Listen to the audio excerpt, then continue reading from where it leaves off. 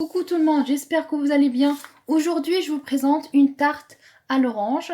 Pour cela, on a besoin de 60 g de beurre, 60 g de sucre, un sachet de sucre vanillé, 2 jaunes d'œufs qu'on a gardé le blanc dans le frigo pour le reste de la recette, 8 g de levure chimique et 150 g de farine. On commence d'abord de mélanger le beurre avec le sucre et le sachet de sucre vanillé.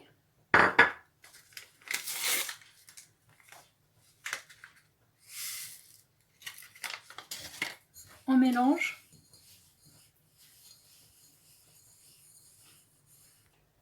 Après qu'on a bien mélangé le beurre avec le sucre, on rajoute les 2 jaunes d'œufs.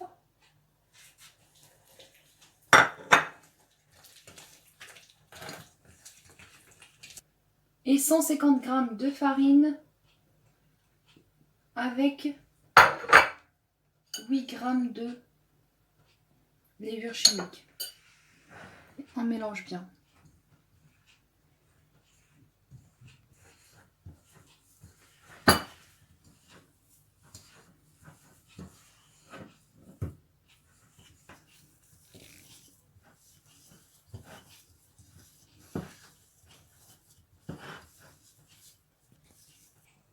Après que notre pâte est prête, on prend un moule de 22 cm.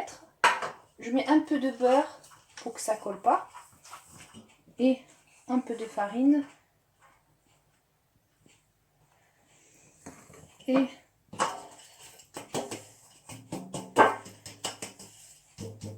je mets ma pâte.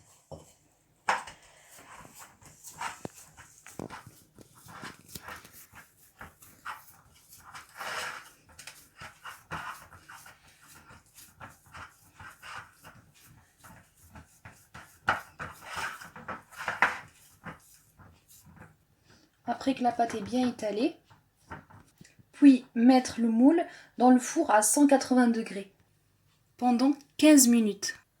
Après que notre biscuit est bien cuit, je mets un peu de jus de citron ou de sirop de citron, d'orange. Cette étape est très importante.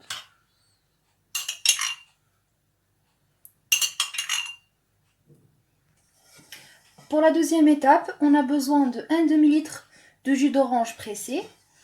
Il y en a des oranges qui sont sucrées, il y en a des oranges qui ne sont pas assez sucrées. Vous goûtez, vous le mettrez à votre goût. Et on a besoin aussi de 50 g de crème pâtissière, que j'ai pris cette marque. Si vous n'avez pas la crème pâtissière, vous pouvez la remplacer avec la fleur de maïs.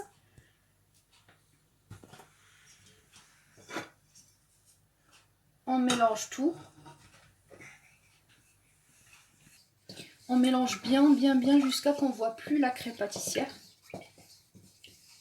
Après, on le met à feu doux et on n'arrête pas de mélanger jusqu'à qu'on aura ce résultat. Jusqu'à que ça bouille aussi. Et là, c'est bon.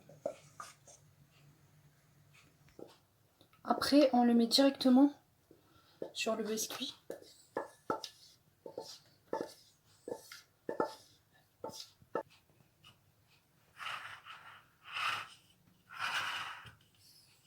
On étale bien.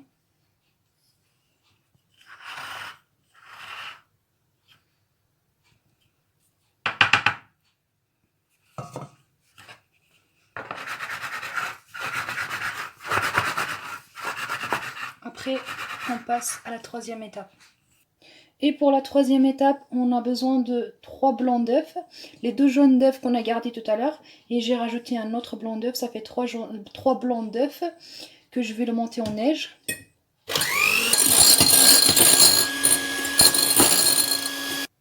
Une fois le blanc d'œuf est bien monté, on rajoute 50 g de sucre glace et 30 g de noix de coco. Après, il faut mélanger délicatement pour ne pas faire tomber le blanc d'œuf. Il faut pas trop mélanger, juste un petit peu. Après, je le mets sur notre gâteau.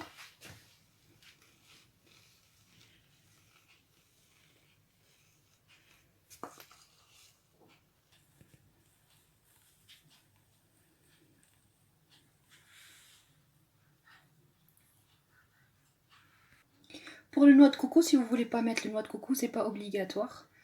Et après, dès qu'on a étalé le gâteau, on le met à la grille, juste pour qu'il devienne doré. Si vous avez un chalumeau, vous pouvez le faire comme ça. Mais si vous n'avez pas, vous pouvez le mettre au four comme j'ai fait moi. Et c'est ça le résultat.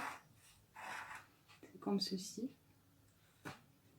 On le laisse refroidir un petit peu et on le met au frigo. Et voilà le résultat de notre gâteau.